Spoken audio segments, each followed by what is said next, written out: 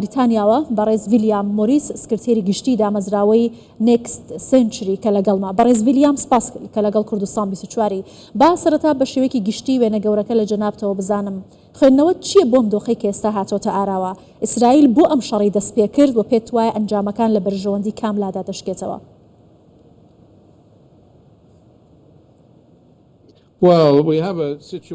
ئێمە ئێستا دۆخێکمان هەیە کە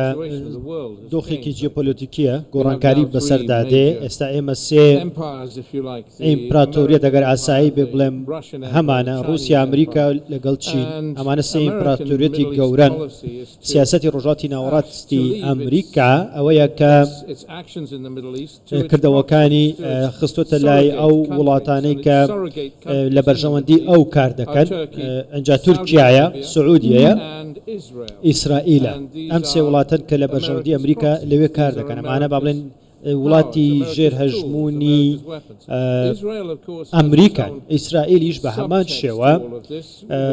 پێشەنگی ئەم وڵاتانەیە بیبی نەتەنیاهۆ کە بنیامین نەتەنیاهۆ سیاسەتی ئەمریکا جێبەجێ دەکا و لە تا 2026 لە هەڵبژاردننی داهاتوو ئیسرائیل هەر لەوێ دەبێ بۆیە دەبێ هەندێک سیاست هەیە جێبەجێ بکە بە دڵنیاییەوە ئێستا دۆخێک هاتووتە ئاراوە کە بۆ جیهان گۆڕانکاری بەخۆیەوە ئەبینێەوە ئەگۆڕێ و بەردەوامە بێ ئەم گۆڕانکاریانە بینیتان کە ئیسرائیل هێرشی کردە سەر ئێران و ئێرانیش وەڵامی داوەتەوە هەتا ئەوەندەی پێکراوە وەڵامی داوەتەوە ئەمە پێڵێن سزادانی ئەو وڵاتانەی کە دژی سیاسەتی ئیسرائیل و با بڵێن ئەمریکان و هەژمونی خۆی بەسەر عێراقدا سەپاندووە ئەمە ئێران بەبەستم ئەمە پلانی ئێرانە کە لە وڵاتانی دیکە جێبەجێ کردووە. باش ئاماژەت بەو گۆڕانکاریانە کرد کە لە دوای ئەم ڕووداوانە ئەگەری هەیە ڕوو بدەن بەهێزترین سناریۆکان بۆ گۆڕانکاریەکان چین پێت وایە چی دەگۆڕێت ئایا نەزمێکی نوێ و پێکهاتەیەکی نوێ ئەم لە ڕۆژهەڵاتی ناوەڕاستدا دەڕێژرێتەوە؟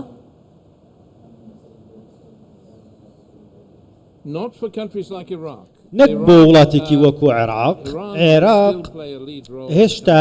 ئێران دەستی باڵای هەیە تێدا ئێران بەڕێوەیە بە و وەکو ئەوەی کە وتمان وڵاتانی دیکەش لەژێر هەژمونی ئێراندا تەنها عێراق نییە لە وڵاتانی کەندا و لە یەمەنەوە بۆ لوبنان و بۆ وڵاتانی دیکە بەڵام لاوە ئەس بۆ لەوێ بۆیە ئێران سیاسەتێکی هەڵەی هەیە لە ناوچەکە کە خۆی کردوتە زلهێزی ناوچەکە بەڵام بە سیاسەتێکی هەڵە و چەوت و تورکیا نیگەرانە لەم سیاسەتانەی سعودیا نیگەرانە لەم سیاسەتەی کە هەژمونیان هەیە و گوتم لەژێر سێبەری ئەمریکان لە ناوچەکە. باشە ئەڕۆڵی دوو وڵاتی گرنگ بە تایبەتی چین و رووسیا لەم گۆڕانکاریانەدا چۆن دەبینی بە تایبەتی پەیوەندی وڵاتانی کەندا و ئایا ئەوان لەگەڵ ئەم هاوکێشانەدا چۆن جارێکی دیکە پەیوەندیەکانی خۆیان دادەڕێژنەوە ئەتوانن ڕۆڵی یەکلاکەرەوەیان هەبێت لەم نێوانەدا؟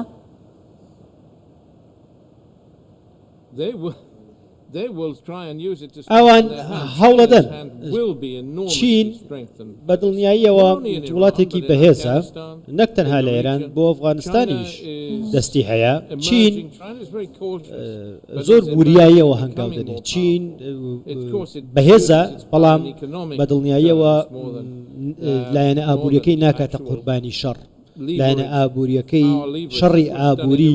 پێ گرنگترە دەبینن کە ئێستا لە عێراق جێپێی خۆی قایم کردووە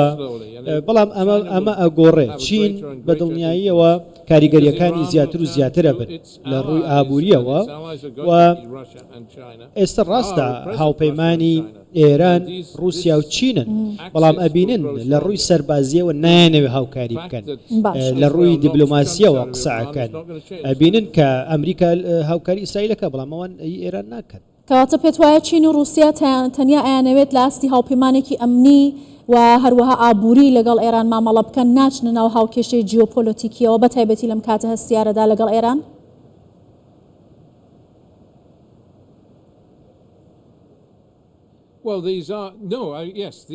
ڕاستە ئەمە ڕاستە ئەمانە وڵاتی زلهێزن بەرژەوەندیان هەیە لە داهاتووی ئەم ناوچەیە بەرژەوەندیان هەیە بۆیە ئەوان کارەکەن بۆی کە ئێران خاڵی بەهێز بە بۆیان باش. بەڵام ئێستا ئێران زیاتر و زیاتر لاوازە بێ ئێران لاوازە بێ بەهۆی ئەم ململانەی لەگەڵ ئیسرائیل زۆر بە شێوەیەکی بەرچاو لاواز دەبێ بەڵام عێراق لە عێراقا تا ڕادەیەک هەر هەژمونی ئەمێنێ بەڵام من پێم وان نییە حکوومەت لە ئێران بگۆڕێ بەم هێرشانە کاتێک خەڵک باشە پێت وایە ئەم گرژیانە هێور ببنەوە یا ڕێگەیەک هەبێت لە ڕێگەی دیبلۆماسیەوە ئەم شەڕە کۆتایی پێبێت لە کاتی شەڕی رووسیا و ئۆکرانیادا تورکیا هەوڵیدا نێوەندگیری بکات و کەمێک بارودۆخەکەی هێور کردەوە پێت وایە کێ دەتوانێت لە وڵاتانە کە ڕۆڵی نێوەندگیر بگێڕێت بۆی کە ئەم بارودۆخە ئاسایی بێتەوە؟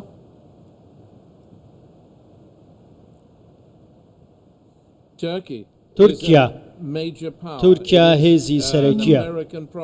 و لەژێر هەژمونی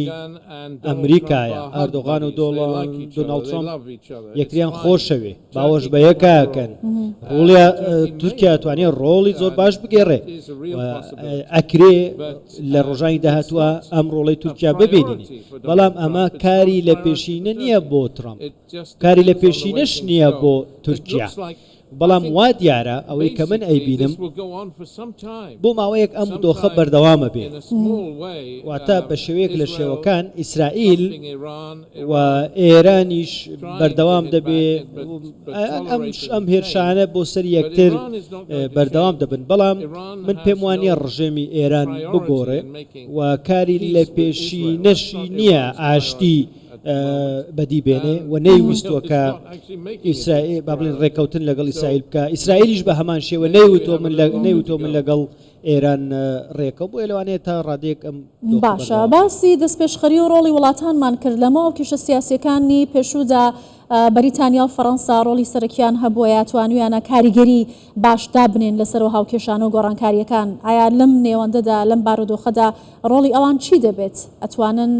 چه دەستپێشخەریەک بکەن یا چه ڕۆڵێک بگێڕن؟ نەخێر من پێم وان نییە فەڕەنسا و بریتانیا هیچ هەڵوێستێکی وایان نەبووە ئەکرێ ڕۆڵ بگێڕن لە سیاسەتی ڕۆژڵاتی ناوەڕاست بۆ نمونە ئەوەی کە پەیوەستە بە بەریتانیا و فەڕەنسا بە دیاریکراوی ئەوان وڵاتی بەهێزن بەڵام نایانەوێ بۆ نمونە دانان بە دەوڵەتی فەڵەستینە چیان کردووە ینی بە شوێکی ترسنۆکانە و دوودڵانە هەنگاو دەنێن بڕیاری یەکلاکەرەوە نادەن لە ئیعلام قسە دەکەن بەڵام بە شوێکی پرەنسیپ و استراتیژی بڕیاریاندابێ نەیانتوانی باشە لە زۆربەی و شەڕانەی کە دروست دەبێت لە ناوچەکە کۆمەڵێک کێشە و لێک کەوتەی دەبێت کە جیهان دەگرێتەوە بە تایبەتی ئەبگەربینیمان لە شەڕی رووسیا ئۆکرانیا کێشەی وزە و هەروەها دانەوێڵە دروست بوو ئێستا ئێران هەڕەشەی داخستنی تەنگەی هورمۆز یا گەڕووی هورمۆز دەکات بەڕۆی هەناردەکردنی نەوت و وڵاتانی هەردەکاری نەوت پێت وایە لێککەوتەکانی ئەم شەڕە تەنها ئابووری دەبن یا لێککەوتەی گەورەی دیکەی لەسەر جیهان دەبێت بەگشتی؟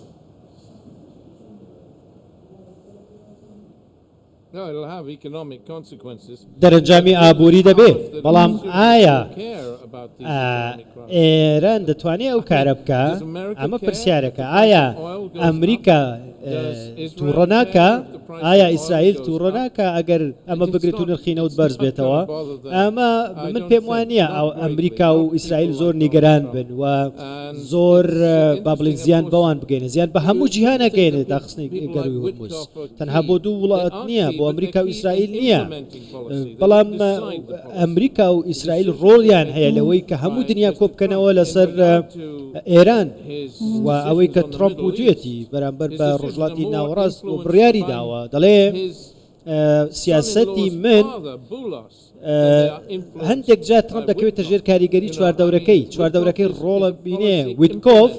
ئەم جێبەجێکارە خۆ سیاست لای ئەو نییە بۆ نمونە ترامپ بڕیارەدا بەڵام ئەم نوێنەریەتی کە لەوێ قسەیەکە لە دانووسانەکان بەڵام خێزانی ترامپە کە بڕیار دەدەن نەک کەسی دیکە باشە ئەمە بزانم ڕۆڵی دامەزراوە نێودەوڵەتیەکان و کۆمەڵگەی نێودەوڵەتی لەم نێوەندەدا چۆن دەبینی ئێران داوای لە ئەنجومەنی یاسایشی نێودەوڵەتی کردبوو کە لەسەر بابەتە بێتە سەرخەت نەتەوەی گرتوەکان نەتوانێت چی بکات بە تایبەتی وەکو بەشێک لە نەتەوەی گرتوەکان ئەنجومەنی یاسایشی نێودەوڵەتی ئێستا کارایە بە ڕۆڵی کاریگەری ئەتوانێت هەبێت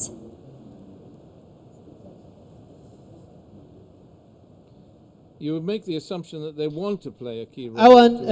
نایانەوێ کە ڕۆڵیان هەبێ واتە نایانەوێت دۆخەکە هێور بکەنەوە کۆمەلگای نێودەوڵەتی ئێستا لە دوورەوە سەیرەکە سەیری ئەو دۆخەکە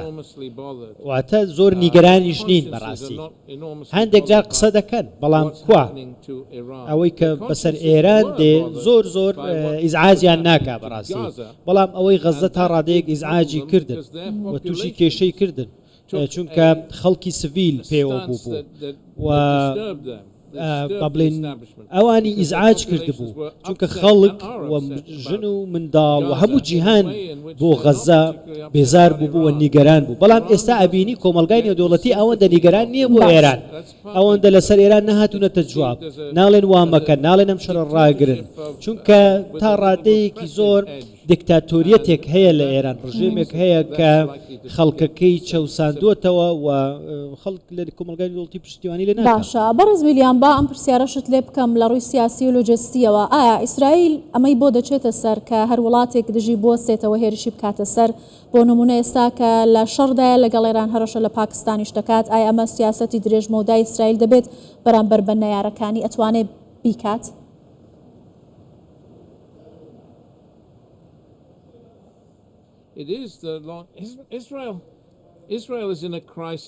ئیسرائیل لە قەیرانێکی ئەخلاقیدایە و لە ڕووی سایکۆلۆژیەوە ئەگە باسکەین خەڵکەکەشی تا ڕادەیەک ئیزعاجە چونکە پێیان وایە هەموو دنیا دژمنی ئەوانە ئەمە تا ڕادەیەک من دەتوانم بڵێم دەردێکی نیشتیمانی ئیسرائیلیە ئەمە تەندروست نییە بۆ گەلی ئیسرائیل ئەمە باش نییە بۆ حکوومەتی ئیسرائیل بۆیان باشترە بێ خۆشترە بێ کە بە شێوەیەک سیاست بکەن کە خەڵکی چواردەوریان خۆشیان بوێن نەوەکو بێن بیانەوێ شەڕی هەموو دنیا بکەن ئەمە شتێکی دەرونیە ئەمە من پێڵێم نەخۆشی دەرونی کە تۆ پێت وابێ پاکستان دژتە هەموو خەڵک لە دنیا دژی تۆیە و خۆشیان ناوەی ئەمە باش نابێ ئەم شەڕە شەڕ لەگەڵ ئێران شەڕ لەگەڵ غەزە شەڕ لەگەڵ ئەوانی دیکە لەوانەیە تا ڕادەیەک خەڵکی ئیزعاج کردووە و جیهانیشی ئیزعاج کرد. باشە زۆر سپاس دەکەم بەڕێز ویلیام مۆریس سکرتێری گشتی دامەزراوەی نێکست سنچری سپاس لە بەریتانیاوە لەگەڵمان بووی.